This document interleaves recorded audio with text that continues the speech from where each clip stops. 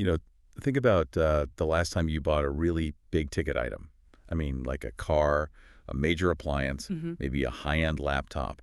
You don't just care about walking out of the store with the final product. Right. You definitely need the paperwork. Exactly. You need the financing agreement, the warranty, the receipt, because that receipt is it's your absolute proof of exactly what happened, when it happened, and the terms of how that transaction went down. Yeah, if the engine knocks 3 weeks later, you don't just point to the car and say, but I own it. No, you pull out the documentation. Well, in the world of education, a final letter grade on a report card, it's kind of like just holding the car keys. It's the end result. Hmm. But a student portfolio, that is saving the receipts of learning. I love that metaphor. It's so true. It's the messy, beautiful, heavily documented proof of exactly how that knowledge was acquired over time. It really is. It functions as, the ultimate paper trail for a person's intellectual growth. And what we are seeing across the educational landscape is that portfolios are fundamentally changing the dynamic of the classroom. In what way, exactly? Well, they are altering the experience not just for the teachers managing the room, but for the families at home and, most importantly, the students themselves. Okay, let's unpack this, because we have a fascinating stack of source material for our deep dive today. We're covering everything from comprehensive pedagogical research to implementation briefings for the next generation science standards. Which is, of course, the big framework driving how science is taught today. Right. And we even have specific guides for using digital platforms like Google Sites, contrasted with the very analog practice of outdoor nature journaling. Our mission here is to figure out what student portfolios genuinely are, how they function in the real world, and, how they build vital skills for college and career readiness. It's a huge topic. It is. But I want to stop right there because I feel like we have a massive misconception to clear up before we go any further. Oh, I think I know what you're going to say. I mean, when I hear the word portfolio, I immediately picture a giant, overstuffed manila folder sitting in a filing cabinet, just bursting with every single math worksheet and spelling test a kid has taken since September. Yes, that is a very, very common visualization, and it is entirely incorrect. It's not the giant folder. No, what you just described is not a portfolio. That is simply an administrative hoarding situation. A hoarding situation. That's hilarious. But it's true. A true student portfolio is a highly curated record of learning over time. It is not just a chronological dump of finished work. Okay, so what actually belongs in it then? Well, it has to demonstrate evidence of a concept. It needs to show the revision process, the student's personal reflection, their growth, and most crucially, student decision-making. I'm really intrigued by the decision-making part. How does a student actually decide what makes the cut? So the research breaks this down by outlining what they call the two faces of the portfolio. First, you have the working portfolio. The working portfolio. Okay. Yeah, you can think of this as the chronological archives. It is supposed to be chaotic. It holds the messy first drafts, the failed brainstorms, the initial models of a project that completely fell apart. Wait, so we want to include the failed attempts and messy drafts. Absolutely. Doesn't that just highlight what the student got wrong? Yeah. My instinct is that keeping a record of all the things you got wrong would just make you feel worse. Yeah. Like, why not just throw the bad draft in the trash? Because preserving those exact messy stages is critical to proving that learning is an iterative process. It fundamentally shifts the culture of a classroom. How so? Think about it. If a student only ever sees their perfect final essay, they suffer from a kind of amnesia about what it took to get there. Oh, wow. Yeah, that makes a lot of sense. Right. But if they are forced to keep the initial draft with all the crossouts, the peer feedback notes, and the structural rewrites, they are looking at undeniable physical evidence of their own brain changing. That is a really powerful image. It is. Let me give you a very concrete example from a curriculum framework called BioForge. It's this incredibly hands-on, deeply interactive biology program mentioned in the sources. I love a concrete example. Paint the picture for us. So in the BioForge curriculum, students use a technique called before and after sketching to document ecological changes. Okay, so drawing nature. Right. A student might be tasked with sketching a healthy branch of a white spruce tree. They draw the needles, the bark, the structure, all in standard black ink. Got it. Black ink for the healthy tree. Exactly. Then a few weeks later, they study an invasive species like a bark beetle. They return to that exact same sketch, but now they are required to use red ink to draw the changes. Oh, that's cool. Yeah, so they're labeling the tiny entry holes, the boring dust left by the insects, the dying needles, all in red. That is visually striking. The red ink explicitly links the physical damage to the new concept they just learned. Precisely. It is a brilliant visual representation of their changing understanding. Yep. And they don't just upload the drawing. What else goes with it? They include lab evidence, data analysis, and multimedia, like maybe a video clip of them explaining the beetle's life cycle.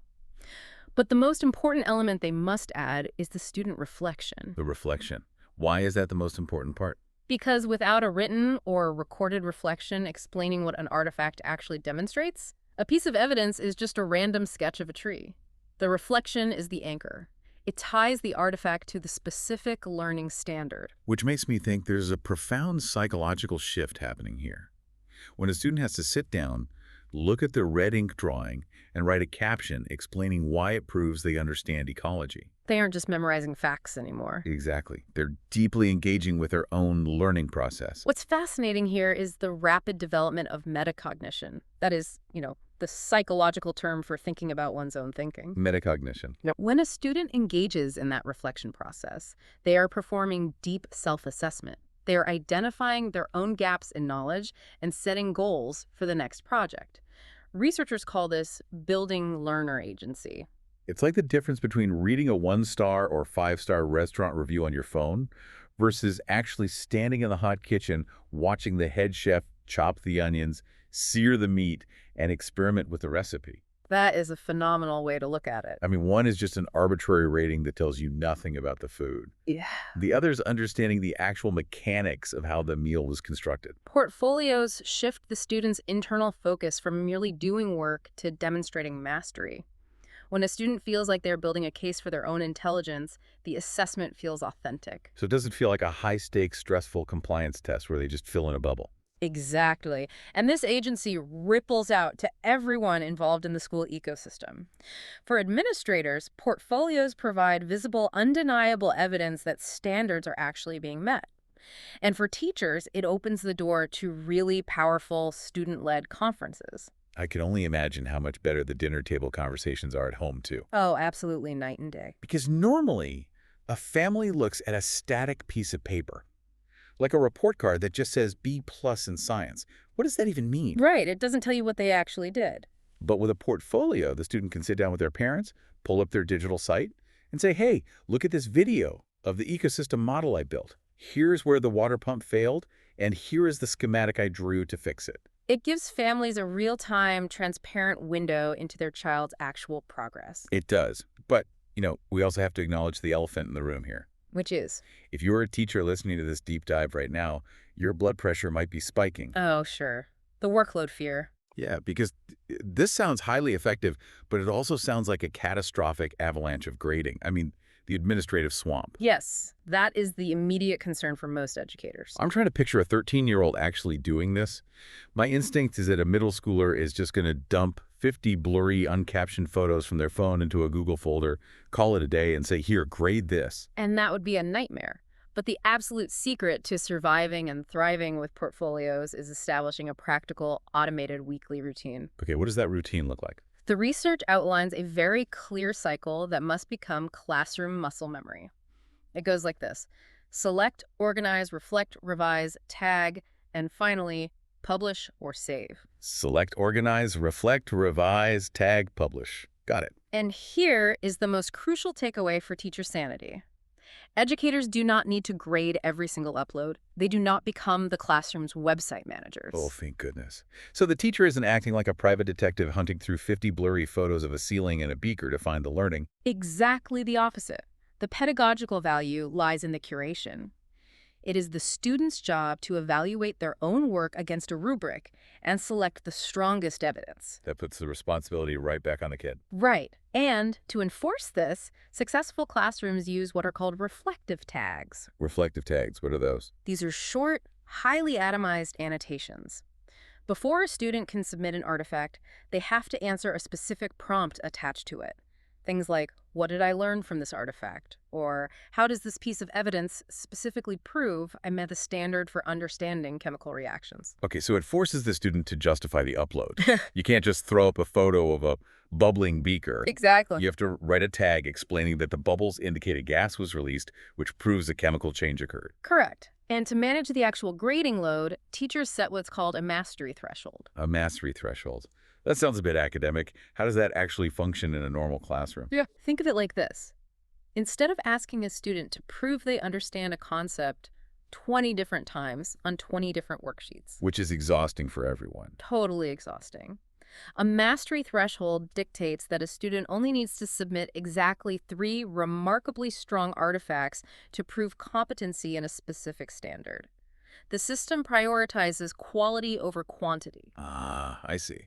It's like moving from a micromanaging boss who demands to read every single rough draft of every email you write to a boss who says, look, just show me the 3 best sales pitches you made this entire quarter, and I'll base your review on those. That's the exact dynamic. You are assessing 3 things deeply rather than grading 30 things weekly. That is so much more manageable. Furthermore, many schools implement a 6 times a year conference model. Instead of trying to evaluate every student's portfolio every single weekend, teachers batch their feedback. Oh, I love batching. Yeah, they sit down with small, rotating groups of students 6 times a year for intensive, focused feedback sessions.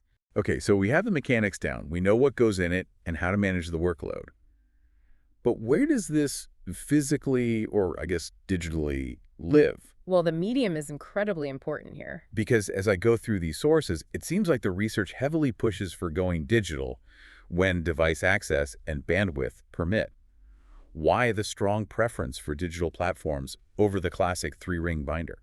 Because platforms like Google Sites or other accessible website builders teach a suite of 21st century skills that paper simply cannot fully develop. Like what kind of skills? We are talking about multimedia curation, web publishing, complex file organization, hyperlinking, and source attribution. Oh, right. Because a paper binder cannot hold an audio file of a student interviewing a local historian. Exactly. And a paper binder cannot embed a slide deck next to a raw data set.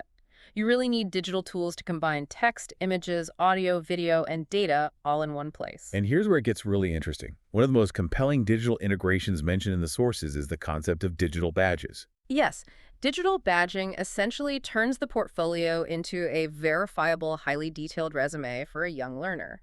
The sources outline a whole taxonomy for this, which is fascinating. It starts with foundational badges. Right. Those are for granular, skill-based achievements. Yeah, like proving you can format a bibliography correctly or safely operate a microscope. Then you move up to intermediate badges for performance-based applications, like successfully moderating a peer review session.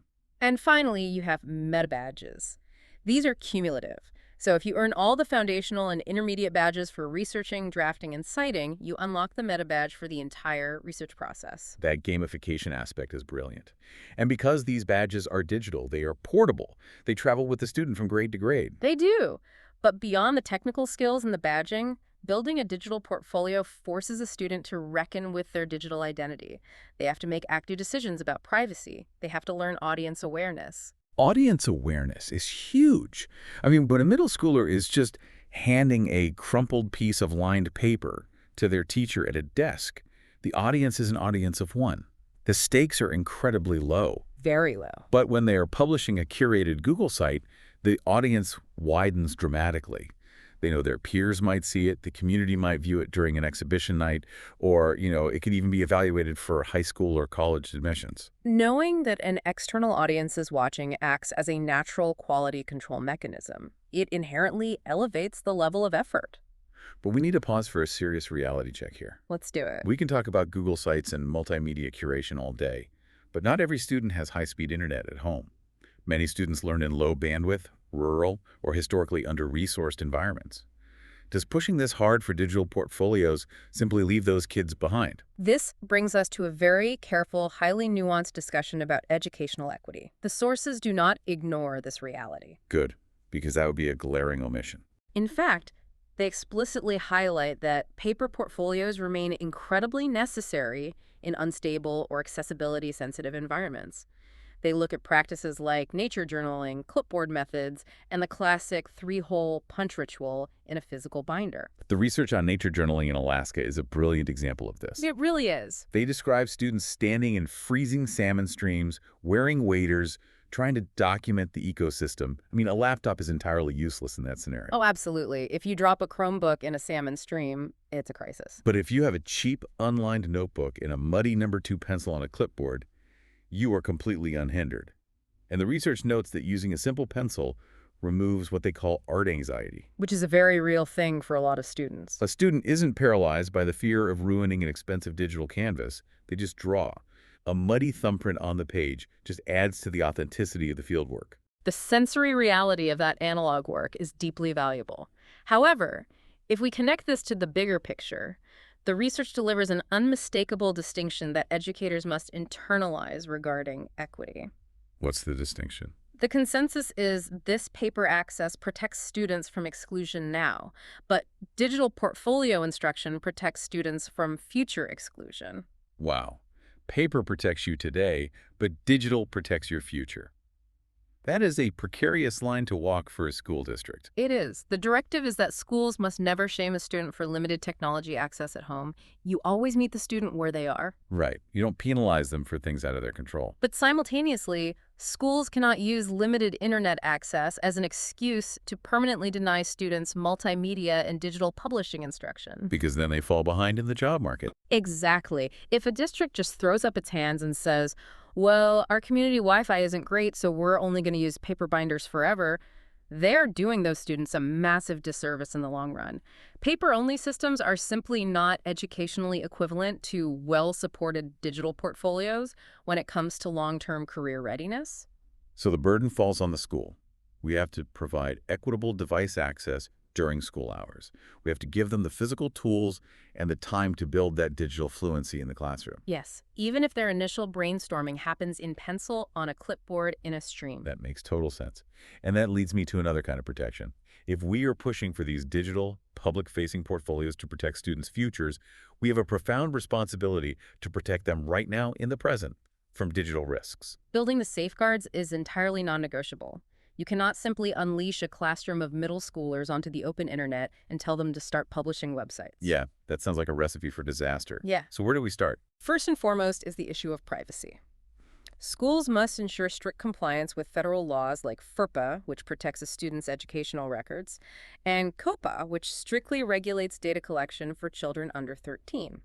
Practically speaking, the sources suggest restricting access to school-managed domains. So the messy working portfolio is locked down tight. Yes, and teachers have to be very deliberate with generating share links for the polished showcase portfolio. And getting informed, written consent from families is an absolute must, especially if the portfolio includes photos, audio, or videos of the students themselves. Then there's the critical issue of accessibility. While platforms like Google Sites are excellent for entry-level web design, they do have known limitations regarding assistive technology. Therefore, educators must actively teach students the principles of universal design. I want to break that down because universal design isn't just a buzzword. It's a structural necessity. It really is. It means teaching a 7th grader that they can't just use a neon green font on a yellow background because they think it looks cool. They have to use high color contrast so it's readable. Right, and they have to use informative link text, meaning they can't just write, click here. They have to write something like, link to my science lab data. And they have to use proper heading structures in the software. Why? Because if a visually impaired user visits their portfolio using a screen reader, that software relies on those invisible heading tags to navigate the page out loud. Treating accessibility as a core digital citizenship skill, rather than just a chore for the teacher to fix later, is a hallmark of a great portfolio program. It makes me think of curating a museum exhibit. Building a digital portfolio is like building a house. Oh, I like where this is going. You don't just want a nice coat of paint on a house. You need a security system for privacy. And you need wheelchair ramps for accessibility. If your public gallery doesn't have clear signage and ramps, it doesn't matter how good the art is, because nobody can experience it. That is a highly accurate metaphor. The structural integrity of the exhibit is what allows the learning to shine. And part of that integrity today involves teaching copyright laws, understanding Creative Commons, and proper attribution. Which is so important in the copy-paste era. But we also must discuss the modern ethical challenge of artificial intelligence. I was hoping we'd get to this. How do portfolios survive in a world where a student can just ask ChatGPT to write their essay? The sources offer a fascinating, proactive approach.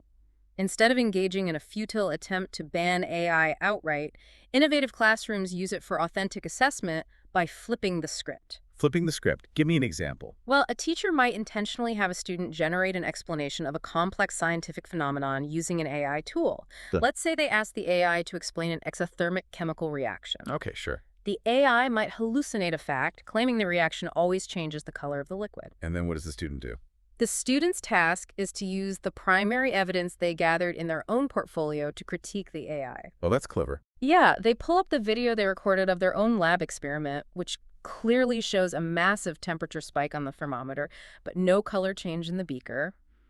They then write a critique, identifying the AI's hallucination, using their own portfolio as the factual baseline. So the student becomes the expert fact checker. Exactly. That requires such a high level of critical thinking. They aren't just reciting facts, they are defending reality against an algorithm using their own documented evidence. That is brilliant. It really empowers them. And as a final safeguard, the sources bring up data portability. What happens when they leave school? Right. When a student graduates, or if their family moves to a new district, that digital portfolio fundamentally belongs to them. Districts need mechanisms in place like Google Takeout to allow students to securely transfer their entire portfolio to a personal account. Because the story of their intellectual life should just be permanently deleted the second their school email address is deactivated. Absolutely. And wrapping all these safeguards together is the grading philosophy itself. Grading must always be based on the depth of the evidence and the quality of the reflection. Right. It can never be based on who has the most expensive home technology or the flashiest visual polish on their website. Because the polish isn't the point. The proof of learning is the point. If we step back and look at this entire deep dive, the core mission of any portfolio, whether it's an online nature journal covered in river mud or a highly polished digital site loaded with meta badges, is to help a student confidently answer three vital questions. What have I learned? How do I know I learned it? And what can I do with it now? That is the absolute essence of saving the receipts. It transforms the abstract concept of an education into a visible, undeniable body of work. It really does. And that brings us to a final thought I want to leave you, the listener, with today. We spent this entire time talking about middle schoolers, high schoolers, and classroom dynamics. But the iterative process of learning doesn't magically stop the day you graduate. That is very true. So if a student's portfolio is this living, breathing, documented record of their intellectual evolution, what would your portfolio look like right now? Ooh, that's a tough question. If you were forced to curate a digital site covering the last 5 years of your adult life, your career trajectory, your personal growth, what would actually be in it? What messy drafts, failed attempts, and subsequent hard-won revisions would you proudly display in your public gallery to prove your own continuous growth? Take a moment today and think about what your receipts would show.